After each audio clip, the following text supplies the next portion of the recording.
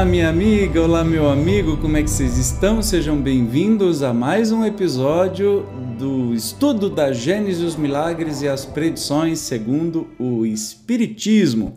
Nós estamos aí na parte dos milagres e hoje, especificamente, nós temos um programa até que um pouco longo, que a gente vai falar sobre as curas, né? Que é o que tem de mais impressionante nos evangelhos, as curas que se deram de diversas formas. Então, sem demora, vamos lá para o texto de hoje, começando com a perda de sangue de uma mulher. Vamos lá para o que fala o evangelho. Então, uma mulher que havia 12 anos sofria de uma hemorragia que sofrera muito nas mãos dos médicos e que, tendo gasto todos os seus haveres, nenhum alívio conseguira, como ouvisse falar de Jesus. Veio com a multidão atrás dele e lhe tocou as vestes, porquanto, dizia, se eu conseguir ao menos lhe tocar nas vestes, ficarei curada. No mesmo instante o fluxo sanguíneo lhe cessou e ela sentiu em seu corpo que estava curada daquela enfermidade. Logo, Jesus, conhecendo em si mesmo a virtude que dele saíra, se voltou no meio da multidão e disse: Quem me tocou as vestes? Seus discípulos lhe disseram: Vês que a multidão te aperta de todos os lados e perguntas quem te tocou. Ele olhava em torno e disse à procura daquela que o tocara. A mulher, que sabia o que se passara em si, tomada de medo e pavor, veio lançar-se-lhe aos pés e lhe declarou toda a verdade. Disse-lhe Jesus: Minha filha, tua fé te salvou. Vai em paz e fica curada da tua enfermidade. O Zezinho tá meio gago hoje. Minha filha, tua fé te salvou. Então, muito interessante essa passagem, parece até meio que ficção científica, e a gente vai entender a capacidade e a sensibilidade de Jesus que tinha, e justamente essa passagem, ontem o Dr. Paulo César Frutuoso disse que junto com Jesus, né, uma coisa que eu nunca tinha pensado, trabalhavam muitos espíritos, né, e esse é um caso interessante sobre ter espíritos que se utilizavam da sua energia também para a cura de pessoas que ele sequer tinha olhado ou visto, né? Tamanho o seu potencial. Mas vamos ver o que nos diz a explicação dos espíritos. Estas palavras, conhecendo em si mesmo a virtude que dele saíra, são significativas. Exprimem o movimento fluídico que se operara de Jesus para a doente. Ambos experimentaram a ação que acabara de produzir-se. É de notar-se que o efeito não foi provocado por nenhum ato da vontade de Jesus. Não houve magnetização, nem imposição das mãos. Bastou a irradiação fluídica normal para realizar a cura. Mas por que essa irradiação se dirigiu para aquela mulher e não para outras pessoas, uma vez que Jesus não pensava nela e tinha cercado a multidão? É bem simples a razão. Considerado como matéria terapêutica, o fluido tem que atingir a matéria orgânica, a fim de repará-la. Pode então ser dirigido sobre o mal pela vontade do curador, ou atraído pelo desejo ardente, pela confiança, numa palavra, pela fé do doente. E a gente sabe hoje, até a ciência comprova, né, que a fé da pessoa é tão importante quanto o processo físico, né? E a descrença da pessoa também, ou o desânimo, também exerce uma importância fundamental. Portanto, as duas coisas estavam ligadas aí, a vontade e a fé dessa mulher que ia ser curada, e também o grande poder do Espírito Jesus, né, irradiando aí material fluídico, uma energia para operar as curas. Com relação à corrente fluídica, o primeiro age como uma bomba calcante e o segundo como uma bomba aspirante. Algumas vezes, é necessária a simultaneidade das duas ações, doutras, basta uma só. O segundo caso foi o que ocorreu na circunstância de que tratamos. Razão, pois, tinha Jesus para dizer: tua fé te salvou. Compreende-se que a fé a que ele se referia não é uma virtude mística, qual a entendem muitas pessoas, mas uma verdadeira força atrativa, de sorte que aquele que não a possui opõe à corrente fluídica uma força repulsiva, ou, pelo menos, uma força de inércia, que paralisa a ação. Assim sendo, também, se compreende que, apresentando-se ao curador dois doentes da mesma enfermidade, possa um ser curado e outro não. É este um dos mais importantes princípios da mediunidade curadora e que explica certas anomalias aparentes, apontando-lhes uma causa muito natural. Fica muito claro, né? Com essas explicações aí dadas sobre como ocorreu essa cura. Mas vamos para a próxima, o cego de Betsaida. Tendo chegado a Betsaida, trouxeram-lhe um cego e lhe pediam que o tocasse. Tomando o cego pela mão, ele o levou para fora da cidade, passou-lhe saliva nos olhos e, havendo-lhe imposto as mãos, lhe perguntou se via alguma coisa. O homem, olhando, disse: vejo a andar homens que me parecem árvores. Jesus lhe colocou de novo as mãos sobre os olhos e ele começou a ver melhor. Afinal, ficou tão perfeitamente curado, que via distintamente todas as coisas. Ele o mandou para casa, dizendo-lhe: vai para a tua casa, se entrares na cidade, a ninguém digas o que se deu contigo. Aí você fala assim, mas o que tinha na saliva? Precisava ter a saliva para ter a cura? Obviamente que não, mas Jesus ele usava muita linguagem figurada e até ações concretas para que as pessoas que estivessem vendo e até a pessoa que estava sendo curada entendesse de alguma coisa. Isso que se dá em algumas cirurgias espirituais que sem nenhuma ferramenta, nenhum corte, nem nada, pode apresentar sangramento, alguma coisa. É necessário para a cura? Não, mas para a fé do próprio doente e das pessoas que acompanham, isso é essencial. Aqui é evidente o efeito magnético. A cura não foi instantânea, porém gradual e consequente a uma ação prolongada e reiterada, se bem que mais rápida do que na magnetização ordinária. A primeira sensação que o homem teve foi exatamente a que experimentam os cegos ao recobrarem a vista. Por um efeito de ótica, os objetos lhe parecem de tamanho exagerado. Muito bom, né? Vamos continuar agora. Paralítico. Tendo subido para uma barca, Jesus atravessou o lago e veio à sua cidade, Cafarnaum. Como lhe apresentasse um paralítico deitado em seu leito, Jesus, notando-lhe a fé, disse ao paralítico: meu filho, tem confiança, perdoados te são os teus pecados. Logo alguns escribas disseram entre si: este homem blasfema. Jesus, tendo percebido que eles pensavam, perguntou-lhes: por que alimentais maus pensamentos em vossos corações? Pois, que é mais fácil dizer: teus pecados te são perdoados, ou dizer: levanta-te e anda. Ora, para que saibais que o Filho do Homem tem na terra o poder de remitir os pecados, levanta-te. Disse então ao paralítico: toma o teu leito e vai para a tua casa. O paralítico se levantou imediatamente e foi para sua casa. Vendo aquele milagre, o povo se encheu de temor e rendeu graças a Deus por haver concedido tal poder aos homens. Vamos entender então qual é a explicação, que os espíritos nos dão para esta passagem. Vamos lá. Que significariam aquelas palavras: teus pecados te são remitidos, e em que podiam elas influir para a cura? O Espiritismo lhes dá a explicação, como há uma infinidade de outras palavras incompreendidas até hoje.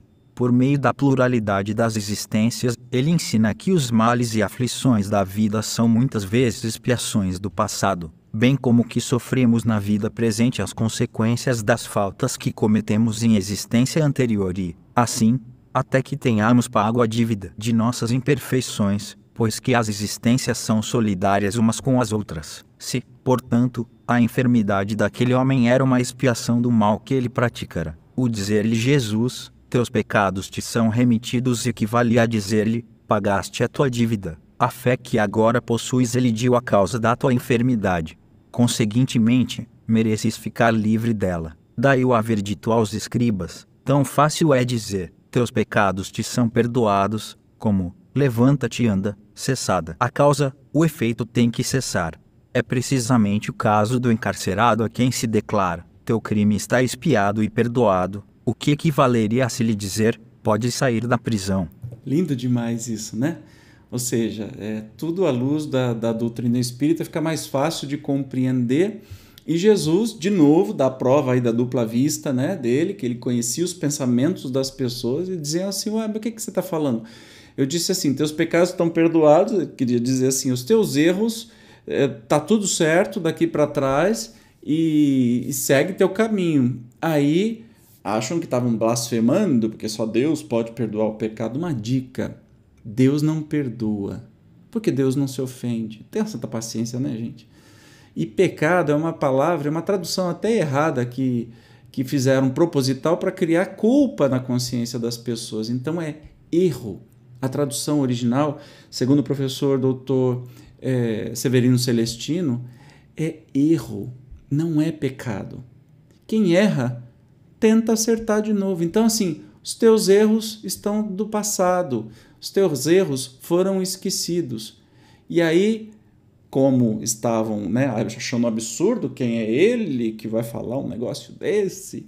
Ele falou, então o que é mais fácil? Dizer, levanta-te e anda, então levanta e anda, e o homem saiu andando. Não foi fácil ser hipócrita escriba no tempo de Jesus. Coitadinhos, eles passaram um carão assim, um atrás do outro. É vergonha em cima de vergonha. Vamos para o próximo aí, os 10 leprosos. Um dia, indo ele para Jerusalém, passava pelos confins da Samaria e da Galícia. E, estando prestes a entrar numa aldeia, 10 leprosos vieram ao seu encontro e, conservando-se afastados, clamaram em altas vozes: Senhor, Jesus, Senhor nosso, tem piedade de nós. Dando com eles, disse-lhes Jesus: Ide, mostrai-vos aos sacerdotes. Quando iam a caminho, ficaram curados. Um deles, vendo-se curado, voltou sobre seus passos, glorificando a Deus em altas vozes, e foi lançar-se aos pés de Jesus, com o rosto em terra, a lhe render graças. Esse era samaritano. Disse então Jesus: Não foram curados todos 10?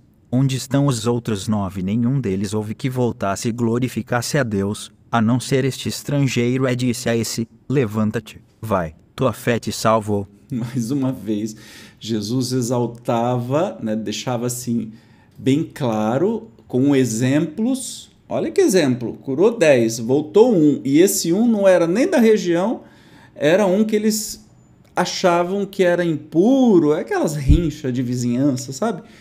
E aí só ele, Jesus, fala, mas não foram curados os 10 porque só um voltou para agradecer e glorificar a Deus. Então ele desmascarava a hipocrisia de todo mundo, mas essa é a explicação do Evandro, que é bem terra a terra. Vamos para a explicação dos espíritos. Os samaritanos eram cismáticos, 168 mais ou menos como os protestantes com relação aos católicos, e os judeus os tinham em desprezo, como heréticos. Curando indistintamente os judeus e os samaritanos, dava Jesus, ao mesmo tempo, uma lição e um exemplo de tolerância, e fazendo ressaltar que só o samaritano voltara a glorificar a Deus, mostra que havia nele maior soma de verdadeira fé e de reconhecimento, do que nos que se diziam ortodoxos. Acrescentando, tua fé te salvou, fez ver que Deus considera o que há no âmago do coração e não a forma exterior da adoração. Entretanto, também os outros tinham sido curados, fora mister que tal se verificasse, para que ele pudesse dar a lição que tinha em vista e tornar-lhes evidente a ingratidão. Quem sabe, porém, o que daí lhes haja resultado, quem sabe se eles terão se beneficiado da graça que lhes foi concedida. Dizendo ao samaritano, tua fé te salvou, dá Jesus a entender que o mesmo não aconteceu aos outros. E faz todo sentido, né? Porque tem gente que é curado de uma doença e não muda o modo de vida, o modo de enxergar a vida, e essa doença volta. Porque a nossa mente, o nosso espírito manda no nosso corpo espiritual, corpo físico. Portanto, a gente vai continuar desenvolvendo a mesma doença.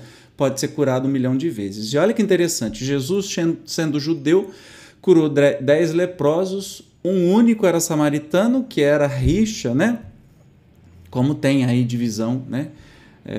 Entre religiões, então não se bicavam, mas Jesus curou todo mundo para dizer assim, todo mundo é igual, tá? Todo mundo é igual. E, curiosamente, os judeus, que nem Jesus, não voltaram. Não voltaram. O único que voltou foi o samaritano, ou seja, aquele que era de fora, digamos assim, de outra religião que a religião de Jesus na época. Então isso tem aí 1 milhão de lições para dizer assim, olha, vamos parar com essas besteiras de separação por religião, por crença, por qualquer outra coisa, e dá-se a entender que apenas este leproso é que teve a cura planificada. Os outros 2 foram curados, mas provavelmente mais para frente a doença voltou, né? Devido ao comportamento deles. Vamos para o próximo, mão seca. Eu vou botar o Zezinho para ler, porque eu acho que ele lê melhor do que eu, mesmo que ele engasga algumas vezes. Vamos lá, eu engasgo mais. De outra vez entrou Jesus no templo e aí encontrou um homem que tinha seca uma das mãos. Eles o observavam para ver se ele o curaria em dia de sábado, para terem um motivo de o acusar. Então, disse ele ao homem que tinha a mão seca: levanta-te e coloca-te ali no meio. Depois, disse-lhes: é permitido em dia de sábado fazer o bem ou o mal, salvar a vida ou tirá-la. Eles permaneceram em silêncio. Ele, porém, encarando-os com indignação, tanto o afligia a dureza de seus corações. Disse ao homem: estende a tua mão. Ele a estendeu e ela se tornou sã. Olha que interessante, né? Mais do que a questão da mão seca, né? Eu realmente não sei o que seria hoje uma equivalência de doença. Se você sabe, por favor, deixe aí nos comentários o que seria essa mão seca, né? A lepra a gente sabe que é hanseníase, e agora a mão seca realmente eu estou boiando aqui. Mas o que interessa é que nessa cura era o dia de sábado, que é o super, né? Até hoje os judeus ortodoxos não fazem absolutamente nada no sábado, a não ser louvar a Deus, enfim, não pode ligar nenhum equipamento, nenhuma máquina, não toma um elevador, não pega carro. Tem todo esse simbolismo que era muito mais presente na época de Jesus, e aí lógico que estavam, né, os hipócritas, não, evidentemente não todos os judeus, mas os hipócritas, aqueles que ficavam assim, armandinho bote, né, para pegar Jesus na curva, eles ficaram assim: bom, se ele curar no sábado, a gente vai acusar que ele não está fazendo a vontade de Deus, porque eram os costumes, né, da religião. Mas vamos continuar aqui a leitura do Evangelho. Logo os fariseus saíram e se reuniram contra ele em conciliábulo com os herodianos, sobre o meio de o perderem, mas Jesus se retirou com seus discípulos para o mar, acompanhando grande multidão de povo da Galiléia e da Judeia de Jerusalém, da Idumeia e de além Jordão, e os das cercanias de Tiro e de Sidom, tendo ouvido falar das coisas que ele fazia, vieram em grande número ao seu encontro. Então, neste momento, Jesus já sabia que ia dar ruim, né? E ele foi continuar o seu trabalho em outro lugar, mesmo que eles já se reuniram para prender, né? Claro que eles queriam de toda forma, algum jeito, porque Jesus morreu na cruz, não foi para salvar a mim e a você. Eu sei, é difícil, mas eu tenho que te dizer. Ele morreu porque ele foi um perseguido político, né? O poder religioso da época fez, não conseguia muita coisa, mas infernizou tanto o poder político de Roma que acabou condenando, e ainda assim com aquele negócio, né, de insuflar a multidão para condenar Jesus e soltar Barrabás, aquela história que todo mundo já conhece, né? Então, portanto, ele foi morto porque ele falava e mostrava a hipocrisia. Eu fico pensando Jesus hoje em dia, né? Mostrando a hipocrisia desses líderes religiosos que dizem ser cristãos, mas que de cristãos não tem absolutamente nada. Usam o nome de Jesus para tudo quanto é coisa, mas agem completamente diferente do que ele indicou que a gente agisse. E, obviamente, Jesus hoje também ia ser perseguido, não morto, porque nós não temos pena de morte, mas ia apodrecer numa cadeia por muito tempo, porque ia mostrar aí essas hipocrisias, né? Simples assim. Mais a mulher curvada. Todos os dias de sábado Jesus ensinava numa sinagoga. Um dia, viu ali uma mulher possuída de um espírito que a punha doente. Havia 18 anos, era tão curvada, que não podia olhar para cima. Vendo-a, Jesus a chamou e lhe disse: mulher, estás livre da tua enfermidade. Impôs-lhe ao mesmo tempo as mãos e ela, endireitando-se, rendeu graças a Deus. Mas o chefe da sinagoga, indignado por haver Jesus feito uma cura em dia de sábado, disse ao povo: há 6 dias destinados ao trabalho. Vinde nesses dias para serdes curados e não nos dias de sábado. O Senhor, tomando a palavra, disse-lhe: hipócrita, qual de vós não solta da carga o seu boi ou seu jumento em dia de sábado e não o leva a beber, porque então não se deveria libertar, em dia de sábado, dos laços que a prendiam? Esta filha de Abraão, que Satanás conservara atada durante 18 anos. A estas palavras, todos os seus adversários ficaram confusos e todo o povo encantado de vê-lo praticar tantas ações gloriosas. Mais uma vez a questão, né, da hipocrisia, claro, né? Não pode curar dia de sábado, até falar para os doentes, ó, só vem nos 6 outros dias, não vem aqui no dia de sábado que não pode ter a cura. Ô gente, que amor é esse? Que Deus é esse? Pelo amor de mim, né? Que ele falaria, Deus fala, pelo amor de mim, me erra. Ô, coisa besta isso. Você pode libertar uma pessoa de sofrimento, mas não pode porque é dia de sábado, né? E Jesus, mais uma vez, entendeu por que mataram ele do jeito que se matava criminosos na sua época. Ele incomodava demais, porque ele deixava claro a hipocrisia e o desamor que havia na religião, no caso, no judaísmo daquela época. Simples assim. Este fato prova que naquela época a maior parte das enfermidades era atribuída ao demônio e que todos confundiam, como ainda hoje, os possessos com os doentes, mas em sentido inverso, isto é, hoje os que não acreditam nos maus espíritos confundem as obsessões com as moléstias patológicas, né? Tudo é capeta.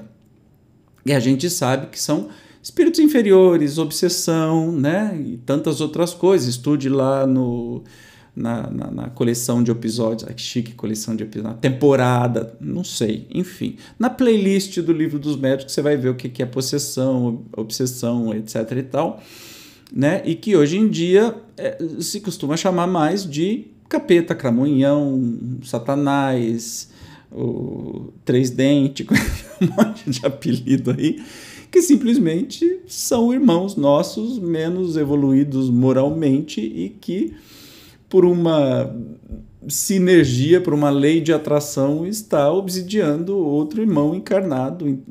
Mas esse processo é de mão dupla, então não temos aí vítima e algoz. Nós temos uma troca, né, de energias e Jesus interrompeu este processo de tanto tempo, justamente num dia de sábado. O paralítico da piscina. Depois disso, tendo chegado à festa dos judeus, Jesus foi a Jerusalém. Ora, havia em Jerusalém a piscina das ovelhas, que se chama em hebreu Betesda.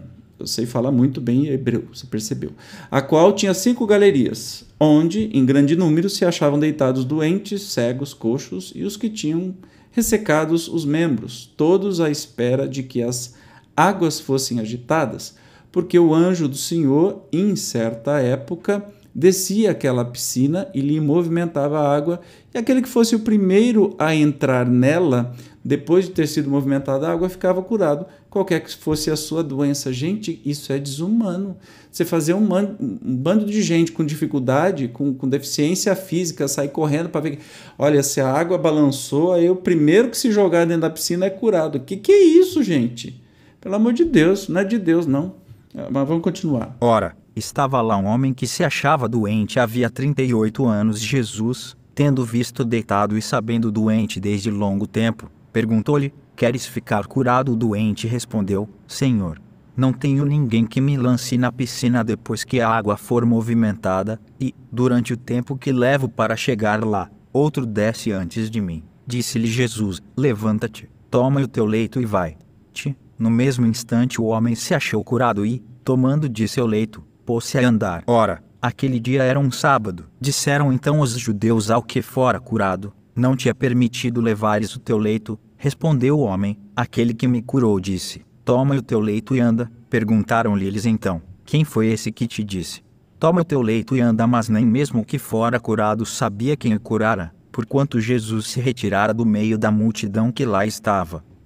Depois, encontrando aquele homem no templo, Jesus lhe disse, vês que foste curado, não tornes de futuro a pecar, para que te não aconteça coisa pior. O homem foi ter com os judeus e lhes disse que fora Jesus quem o curara. Era por isso que os judeus perseguiam a Jesus, porque ele fazia essas coisas em dia de sábado. Então, Jesus lhes disse, meu Pai não cessa de trabalhar até o presente e eu também trabalho incessantemente. Maravilhoso, né? E aí você pode ver que Jesus é danado, né? Danado para mostrar a hipocrisia o tempo todo. Primeiro que esse sistema aí da piscina, meu Deus do céu, que coisa mais cruel, né? Como é que pode ser uma coisa de Deus isso? Coitado do paralítico, ó, quando a água é agitada, não tem ninguém que me joga dentro da piscina. E se eu for me movimentar, alguém chega lá primeiro. E aí só o primeiro é curado? E que Deus quer o quê? Provocar uma corrida de deficiente físico? Que coisa mais tosca, esquisita. Concorda? Se a gente analisar assim friamente. Ou eu que sou chato demais. Eu sou muito crique. Talvez, nada está descartado. Mas vamos ver para a resposta, a explicação dos espíritos. Piscina da palavra latina piscis, peixe. Entre os romanos eram chamados os reservatórios ou viveiros onde se criavam peixes. Mais tarde, o termo se tornou extensivo aos tanques destinados a banhos em comum. A piscina de Betesda, em Jerusalém, era uma cisterna, próxima ao templo, alimentada por uma fonte natural, cuja água parece ter tido propriedades curativas. Era, sem dúvida, uma fonte intermitente que, em certas épocas, jorrava com força, agitando a água. Segundo a crença vulgar, esse era o momento mais propício às curas. Talvez que, na realidade, ao brotar da fonte a água, mais ativas fossem as suas propriedades ou que a agitação que o jorro produzia na água fizesse vir à tona a vasa salutar para algumas moléstias. Tais efeitos são muito naturais e perfeitamente conhecidos hoje, mas então as ciências estavam pouco adiantadas e a maioria dos fenômenos incompreendidos se atribuíam a uma coisa sobrenatural. Graças a Deus, né? Que Deus não tem nada a ver com isso. Os judeus, pois, tinham a agitação da água como devido à presença de um anjo, e tanto mais fundadas lhes pareciam essas crenças, quanto viam que naquelas ocasiões mais curativa se mostrava a água. Depois de haver curado aquele paralítico, disse-lhe Jesus: para o futuro, não tornes a pecar a fim de que não te aconteça coisa pior. Por essas palavras, deu-lhe a entender que a sua doença era uma punição e que se ele não se melhorasse, poderia vir a ser de novo punido e com mais rigor. Doutrina essa inteiramente conforme a do Espiritismo. Jesus como que fazia questão de operar suas curas em dia de sábado, para ter ensejo de protestar contra o rigorismo dos fariseus no tocante à guarda desse dia. Queria mostrar-lhes que a verdadeira piedade não consiste na observância das práticas exteriores e das formalidades, que a piedade está nos sentimentos do coração. Justificava-se, declarando: meu pai não cessa de trabalhar até o presente e eu também trabalho incessantemente. Quer dizer, Deus não interrompe suas obras, nem sua ação sobre as coisas da natureza, em dia de sábado. Ele não deixa de fazer que se produza tudo quanto é necessário à vossa alimentação e à vossa saúde. Eu lhes sigo o exemplo. Danado, né? Jesus era danado de bom. Meu Deus do céu, esse negócio que o tempo todo ele queria ensinar: olha, para de hipocrisia, meu povo. O que você acha que Jesus faria hoje em dia? Para e pensa, né? Tanta hipocrisia aí rolando solta. Eu acho que ele ia ser mais pro evento do chicote lá do que qualquer outra coisa, porque ó, haja paciência. Mas eu já não falei, por que vocês não escutam? Mas ok, Evandro, vamos para frente, respira.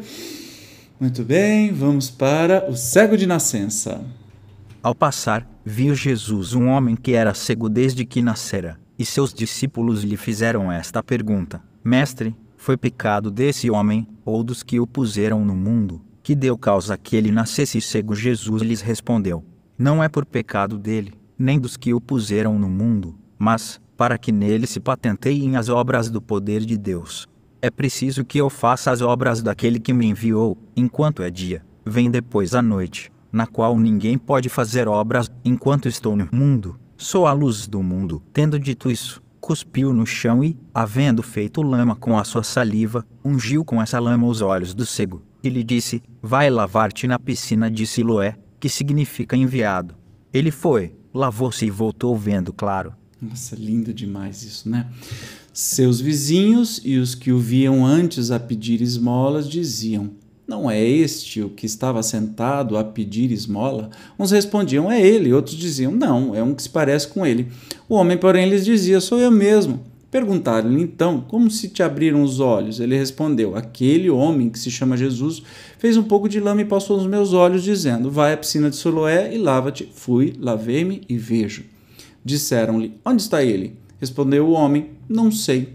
Levaram então aos fariseus o homem que estivera cego. Ora, fora num dia de sábado que Jesus fizera aquela lama e lhe abria os olhos. Mas Jesus é danado, né? Mais um dia de sábado que fez, ele é insistente. Também os fariseus o interrogaram para saber como recobrar a vista. Ele lhes disse: Ele me pôs lama nos olhos, eu me lavei e vejo. Ao que alguns fariseus retrucaram: Esse homem não é enviado de Deus, pois que não guarda o sábado. Outros, porém, diziam: Como poderia um homem mau fazer prodígios tais? Havia, a propósito, dissensão entre eles. Disseram de novo ao que fora cego: E tu, que dizes desse homem que te abriu os olhos? Ele respondeu: Digo que é um profeta. Mas os judeus não acreditaram que aquele homem houvesse estado cego e que houvesse recobrado a vista, enquanto não fizeram vir o pai e a mãe dele. E os interrogaram assim: É este o vosso filho, que dizeis ter nascido cego?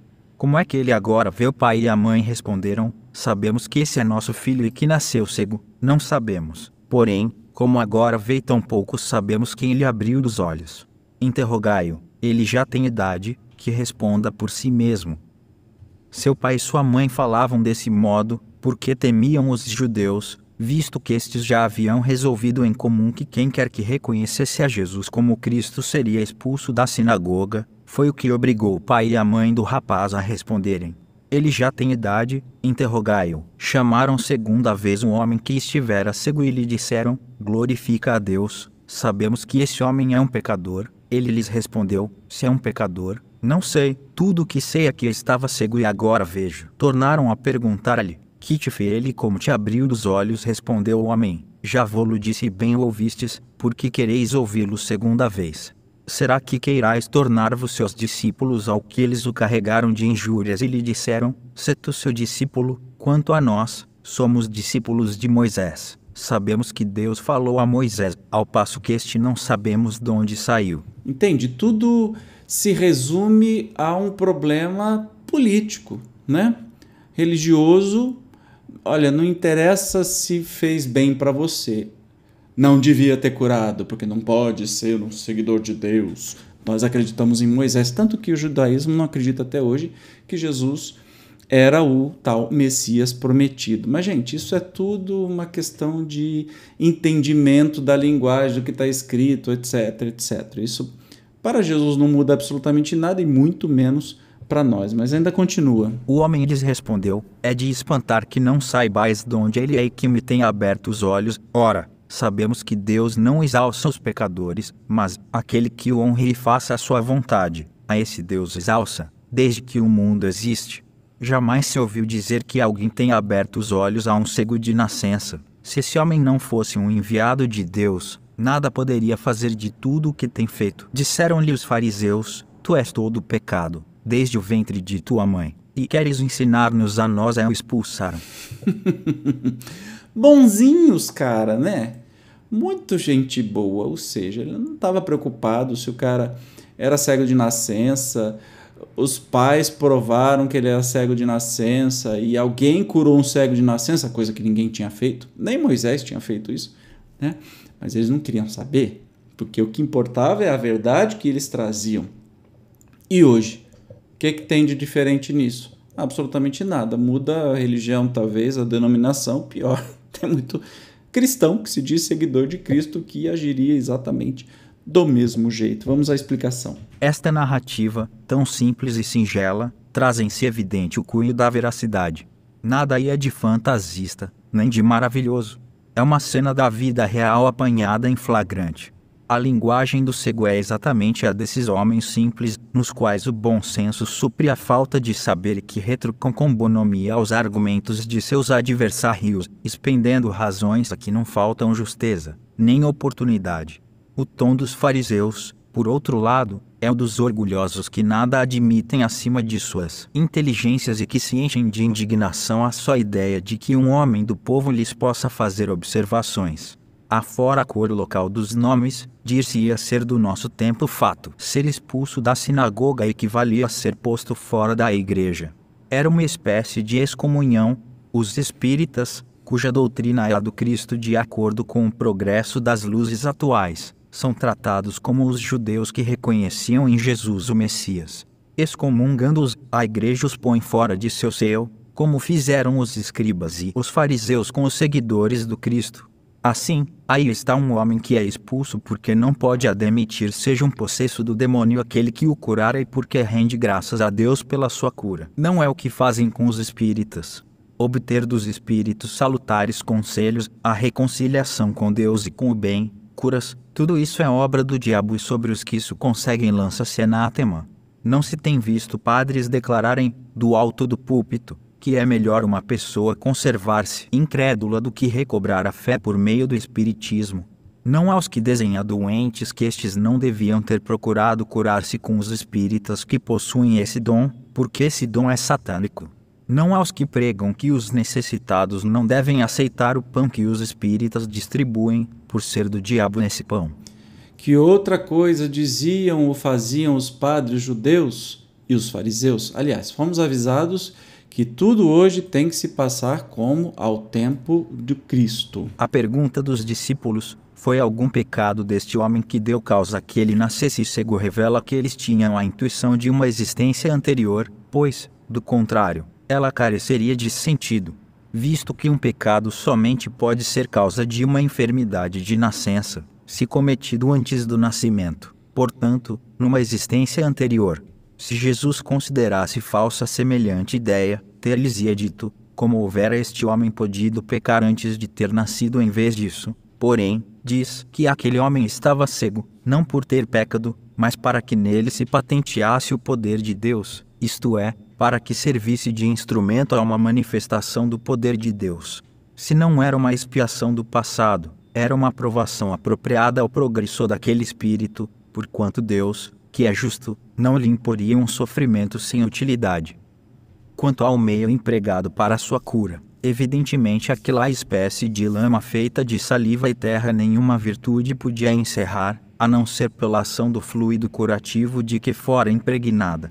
É assim que as mais insignificantes substâncias, como a água, por exemplo, podem adquirir qualidades poderosas e efetivas, sob a ação do fluido espiritual ou magnético, ao qual elas servem de veículo, ou, se quiserem, de reservatório. Fantástica explicação, né? Acho que muito claro, impossível ser mais claro. E se faz uma analogia aí da época, né, que o espiritismo era muito perseguido pela igreja, haja vista o Auto de Fé de Barcelona, onde o bispo de Barcelona, sem ordem de ninguém, apreendeu uma carga de livros espíritas e fez uma fogueira e tacou fogo. Saudade, né, da época da Inquisição. Ele não tinha nada a ver com isso, ele não podia fazer isso, mas ele fez, e isso foi que deu ao espiritismo um marketing perfeito que atingiu o mundo inteiro, ou seja, o tiro saiu pela culatra. Mas aí ele compara esse tempo, né, que os fariseus, eles expulsavam do templo o que a igreja na época de Kardec excomungava as pessoas, né? E que hoje em dia nós temos até, se a gente pode dizer, no meio espírita, dirigentes espíritas que podem até expulsar pessoas porque, por exemplo, resolvem frequentar umbanda, candomblé, né? Resolvem exercer a sua liberdade de crença, afinal de contas, o espiritismo não é uma religião, e ter uma religião que também trabalhe com a espiritualidade. Tem muita casa espírita que abomina esse tipo de coisa, e tem até essa história no trabalho mediúnico: aqui não pode receber pai de santo, não pode receber preto velho, índio, pombagira, etc, etc, etc, como se fossem donos da espiritualidade. Coitados, isso não é espiritismo, isso não tem nada a ver com espiritismo, isso é uma religião que eles criaram, né? Um espiritólico ou um espiritante, qualquer coisa, menos doutrina espírita, que é baseada no respeito e também no experimento. E fala também, né, sobre a questão de que fica muito evidente nos evangelhos que os judeus da época de Jesus eram reencarnacionistas por diversas passagens, e a gente sabe que isso foi tirado da Bíblia em um concílio feito por um imperador que também era papa e reuniu com os poderosos, bonzão aí. Agora não tem mais reencarnação. E aí pararam de falar isso, por isso que os católicos e protestantes, por exemplo, não são reencarnacionistas, isso foi manipulado. Mas diversas passagens no Evangelho dizem como esse aí. Uai, esse homem foi ele que pecou? Foram seus pais? Ou o que é? Foi antes, né? Para ter nascido cego, como é que para ter nascido cego ele pecou? Significa que ele teve uma vida anterior. Concorda com isso? Então Jesus até aliviou e falou assim, não, ele está assim para que a bondade divina pode ser manifestada pela minha ação. E, evidentemente, né, aquilo que a gente sabe, que não é nem a saliva, nem o barro, nem nada que fez a cura, e sim o grande poder fluídico que tinha Jesus, e aí ele atribuía aos materiais que quisessem, né, como a tal água fluidificada e tantos outras coisas que podem acontecer. Vamos lá, mais uma, numerosas curas operadas por Jesus. Jesus ia por toda a Galiléia, ensinando nas sinagogas, pregando o evangelho do reino e curando todos os langores e todas as enfermidades no meio do povo, tendo-se a sua reputação espalhado por toda a Síria. Traziam-lhe os que estavam doentes e afligidos por dores e males diversos, os possessos, os lunáticos, os paralíticos, e ele a todos curava. Acompanhava-o grande multidão da Galiléia, de Decápolis, de Jerusalém, da Judeia e de além Jordão. Então era evidente que ele fazia muitos milagres e era atestado por todo mundo, né? De todos os fatos que dão testemunho do poder de Jesus, os mais numerosos são, não há contestar, as curas.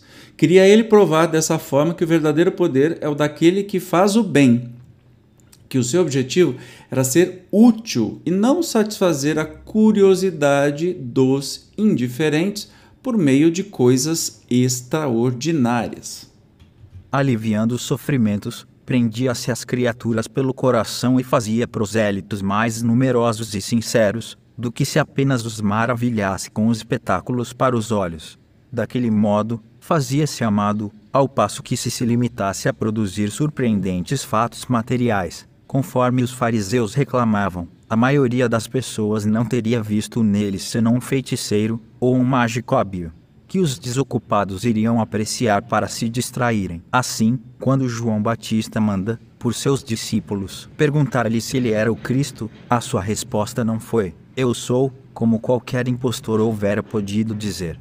Tampouco lhes fala de prodígios, nem de coisas maravilhosas. Responde-lhe simplesmente, e de dizer a João, os cegos veem, os doentes são curados, os surdos ouvem, o evangelho é anunciado aos pobres, o mesmo era que dizer, reconhecei-me pelas minhas obras, julgai da árvore pelo fruto, porquanto era esse o verdadeiro caráter da sua missão divina. Então Jesus, ele cativava não somente pelas curas, exatamente pelos exemplos, pelas lições que davam, pelas palavras, pelas parábolas, mas especialmente pelo imenso amor que tinha por todas as pessoas. Isso cativava as pessoas, isso criava esse magnetismo impossível de não seguir que tinha Jesus. Isso que é mais impressionante. O Espiritismo, igualmente, pelo bem que faz é que prova a sua missão providencial. Ele cura os males físicos, mas cura, sobretudo, as doenças morais, e são esses os maiores prodígios que lhe atestam a procedência. Seus mais sinceros adeptos não são os que se sentem tocados pela observação de fenômenos extraordinários, mas os que dele recebem a consolação para suas almas, os a quem liberta das torturas da dúvida, aqueles a quem levantou o ânimo na aflição, que auriram forças na certeza que lhes trouxe, acerca do futuro, no conhecimento do seu ser espiritual e de seus destinos. Esses os de fé inabalável, porque sentem e compreendem. Os que no Espiritismo unicamente procuram efeitos materiais, não lhe podem compreender a força moral. Daí vem que os incrédulos, que apenas o conhecem pelos fenômenos cuja causa primária não admitem, consideram os espíritas meros prestidigitadores e charlatães. Não será, pois, por meio de prodígios que o Espiritismo triunfará da incredulidade, será pela multiplicação dos seus benefícios morais, porquanto, se é certo que os incrédulos não admitem os prodígios, não menos certo é que conhecem, como toda gente, o sofrimento e as aflições, e ninguém recusa alívio e consolação. É bonito esse paralelo traçado, né? Sobre o espiritismo e sobre o que Jesus fazia. Porque realmente no começo, para chamar a atenção, havia muitos prodígios, digamos assim, muitos efeitos, né? Especialmente efeito físico, materializações, etc, etc. Mas não é esse o propósito do espiritismo. Isso era para chamar atenção, para ter um despertamento, mas o propósito era a educação. Aliás, o único objetivo do espiritismo, da doutrina espírita, é a transformação de quem o estuda, a transformação moral para se melhorar. É o único objetivo do espiritismo. Não é multiplicar centro, ficar fazendo palestra, ficar fazendo estudo como esse. Não tem nada disso. É assim, que cada um que estudar e que se convencer pela lógica das coisas que são apresentadas na doutrina espírita, que possa, passo a passo, ir se melhorando como pessoa. Então, se isso acontecer, o objetivo da doutrina espírita foi alcançado. Isso que é muito legal. Me pegou pela lógica. Me pegou pela lógica numa época que eu, depois de ter sido católico, fiquei um ano sem acreditar absolutamente nem em Deus, o espiritismo me trouxe aí pela lógica. Hoje eu não acredito, eu sei, né? A certeza chega a ponto que eu sei. E isso é incrível, é maravilhoso. Beleza? Muito obrigado por sua persistência em ficar aqui comigo. Talvez você me assistiu de pedacinho em pedacinho. Não importa. O que importa é que estamos caminhando aí, estudando essa obra interessantíssima que é a Gênese. No próximo episódio nós vamos falar sobre os possessos. Eu te espero como sempre. Obrigado, hein? E até a próxima. Tchau.